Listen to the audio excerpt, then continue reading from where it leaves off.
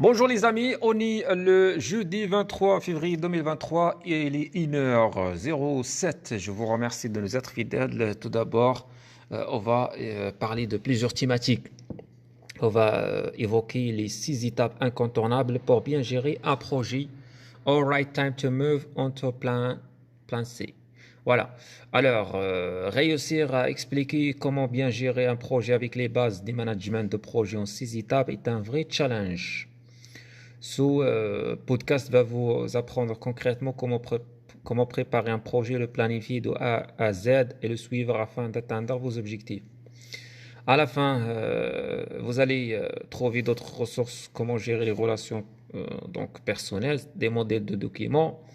Donc, ces principales étapes d'une bonne gestion de projet sont: étape 0, définir les objectifs des projets. Étape 1, découper le projet, définir la liste des tâches. Étape 2, définir l'enchaînement logique des tâches. Étape 3, ajouter des délais et des contraintes sur certaines tâches et intégrer des tâches externes. Étape 4, définir et attribuer les ressources. Étape 5, planifier et assurer le suivi des projets. Bonus, les principaux logiciels de gestion de projet. Bonus, les conseils pour bien gérer un projet.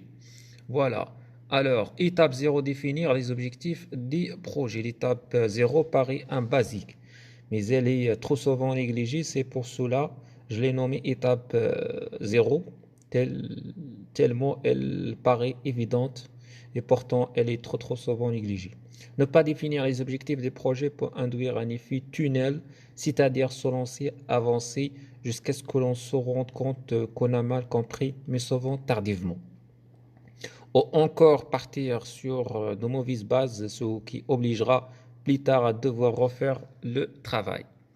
Il est essentiel de clarifier les objectifs des projets. La priorité numéro 1, les objectifs secondaires.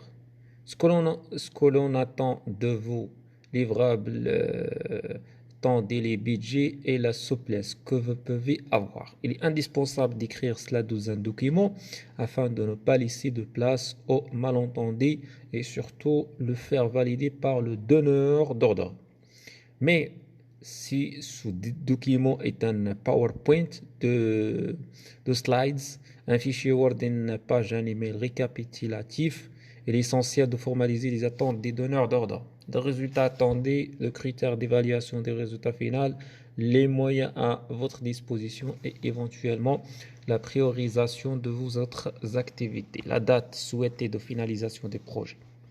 Ce document aidera également le décideur à mieux cadrer sa demande plutôt que de juste vous donner quelques consignes. Aura le corps d'une réunion.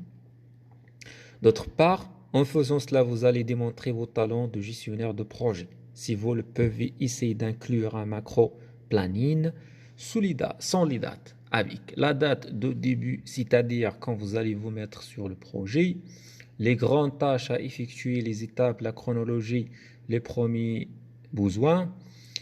En ne mettant pas de date, vous pourrez faire une première liste des actions à effectuer sans pour autant vous engager sur un planning.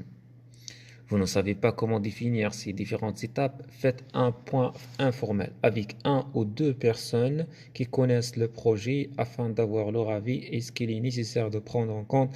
Il suffit de leur dire qu'il y a un projet non encore validé, de faire de telles choses et que vous leur demandez des conseils. Parfois, vous pouvez comprendre une chose et votre manager une autre. Exemple, un donneur d'ordre veut des résultats rapides pour montrer à sa direction que cela avance. Alors que le chef de projet va passer du temps à préparer le dossier, à faire des réunions préparatoires.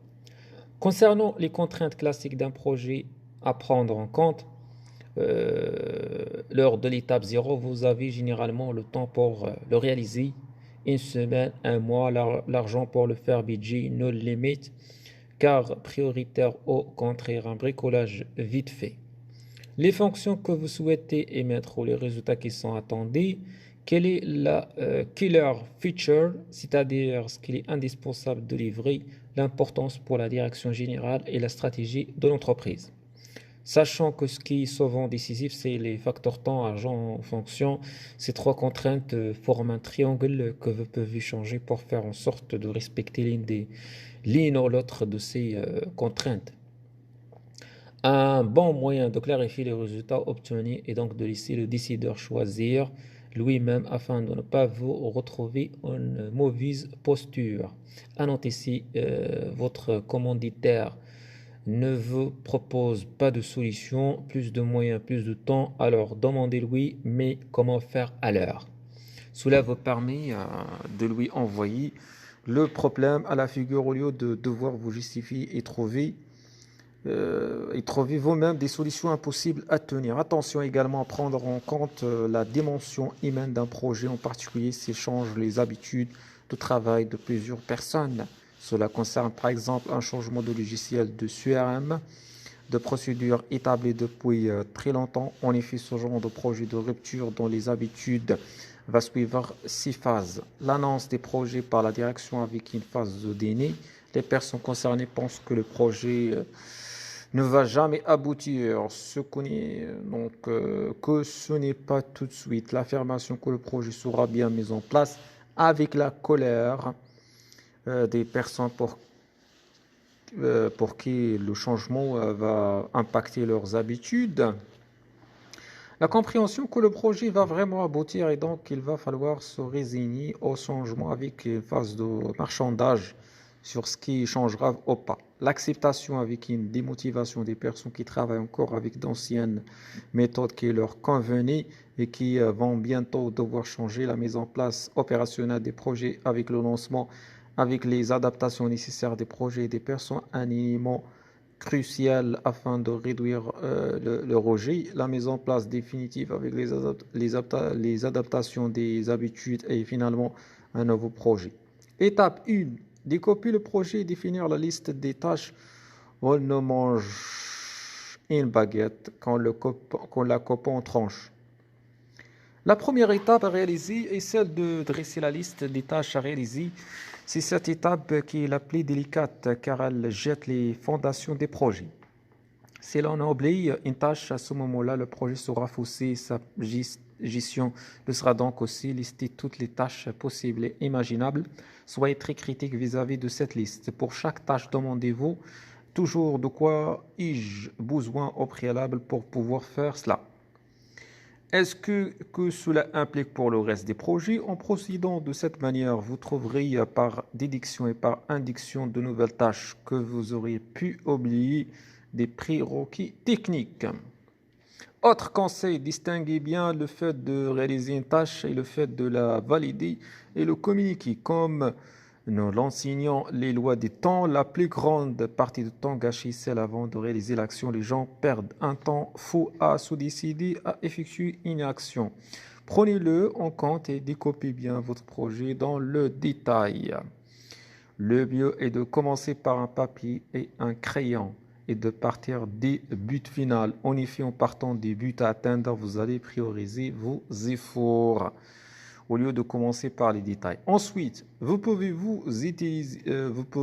utiliser soit un logiciel de gestion de projet comme Monday, voir la liste à la fin de cet article afin de transformer facilement une liste de tâches en un graphique, ce qui facilitera le suivi et les points projet.